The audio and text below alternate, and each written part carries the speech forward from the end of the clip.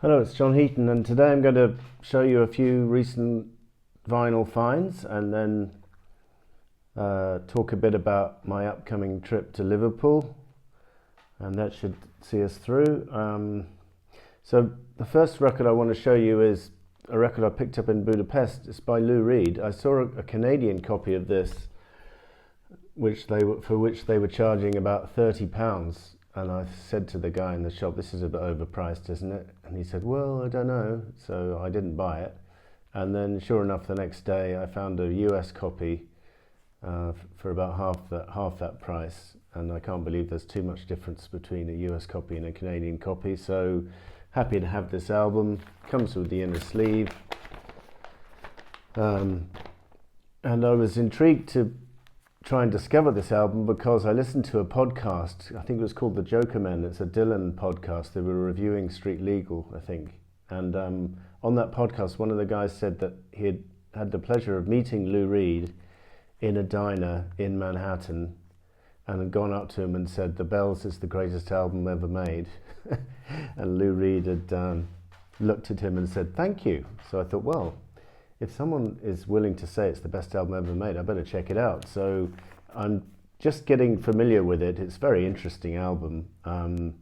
Not one of his well-known albums particularly, and no sort of big hit singles off it or anything. But as I say, I'm in the process of discovering this album and very happy to pick up a good condition copy of it. So that was The Bells from Lou Reed. And then I'd just been to England for another week, and on my trip I went to Berkhamsted Market, and they were selling singles for £1 each, and I found The Darts, Come Back My Love, which is a sort of guilty pleasure from my childhood, as I think it was the first single I ever bought, and it got to number 2 in the charts, I seem to remember. So that was a good find.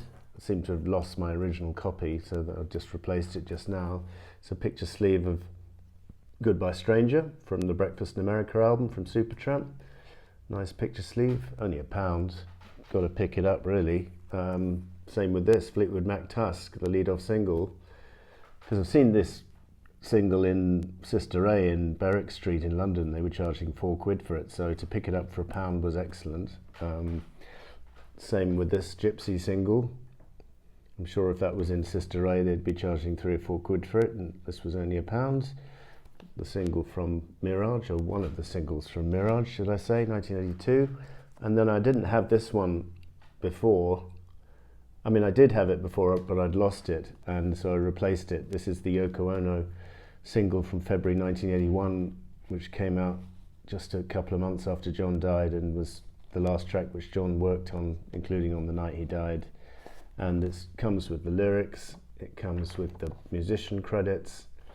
And what's interesting about this, among other things, is the B-side, It Happened, which was recorded in 1973. It features Dave Spinoza and Hugh McCracken on guitar, both of whom appear on Paul and Linda McCartney's Ram album, but I don't think they play simultaneously on the same track. I think Dave Spinoza was at the earlier sessions and then Hugh McCracken at the latter one, so I might be wrong about that. But this song, interestingly, has them both. And Walking on Thin Ice has, of course, the Double Fantasy Band, and I'll come to talk about the Double Fantasy Band later because they feature in what's happening in Liverpool this year. But before I do that, I'm going to show you a couple of records I picked up in London. This one was picked up at, what's the name of the record shop? Flashback Records in Shoreditch in East End of London, sort of 15-minute walk from Liverpool Street. There's a couple of record shops, Rough Trade and this one, and they were only charging not very much for this. And this is a copy of Yoko Ono Season of Glass, but as you noticed, got the Spanish translation.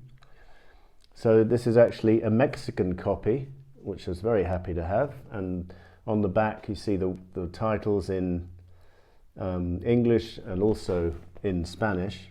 So, for example, Goodbye Sadness is Adios Tristezas, something like that.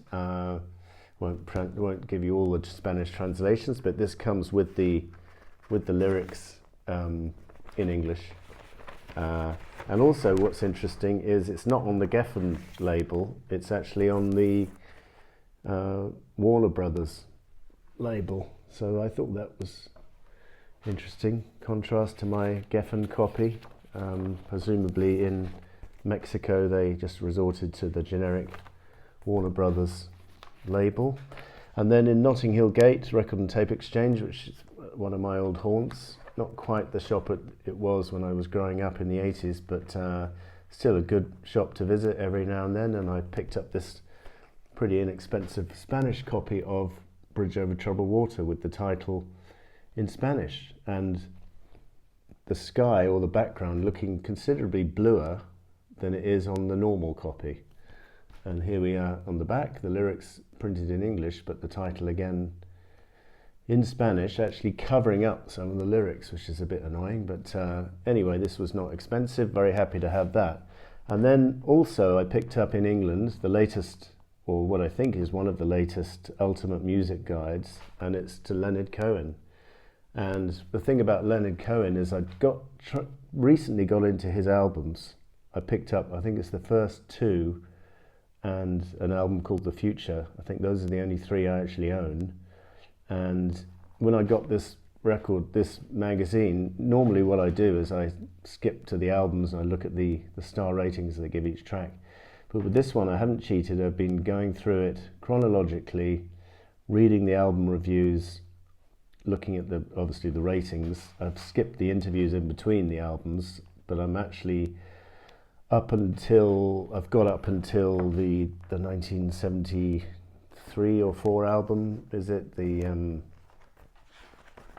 one with the colourful cover, New Skin for the Old Ceremony? I'm up to there. I'm just started to read the review for that. So I've read the review for Songs of Leonard Cohen, Songs of Love and Hate, which was the 3rd album, and also the 2nd album I've read the review of as well, Songs from a Room, which interestingly Rolling Stone completely trashed in their review, said it was depressing as hell, and go and listen to more uplifting music was basically the message for its readers. So it was interesting to note that certainly, I think for most of his career, Leonard Cohen didn't sell particularly well in the United States and did much better in the UK, and I presume in his homeland Canada. I haven't checked. Maybe Fit to be Tied, you can tell me how he did in Canada. But in the US, a lot of his albums didn't even chart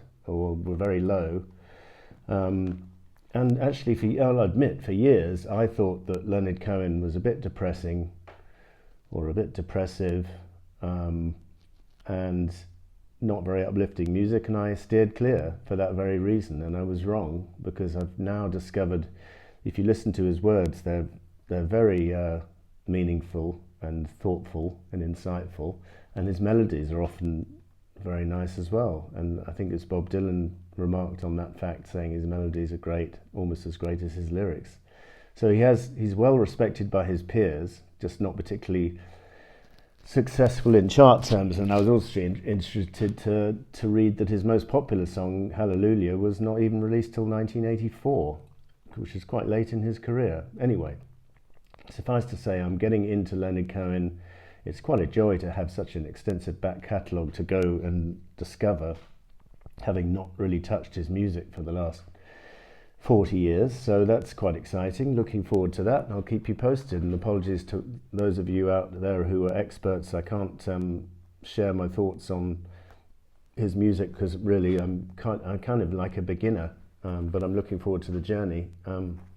Which brings me to this weekend. So this Friday, flying to Liverpool, and we're staying for 3 nights, and we're attending the Beatles convention. And on the Friday night, we've got the pleasure of seeing Joey Molland, the only surviving member of Badfinger, at the Royal Philharmonic Hall,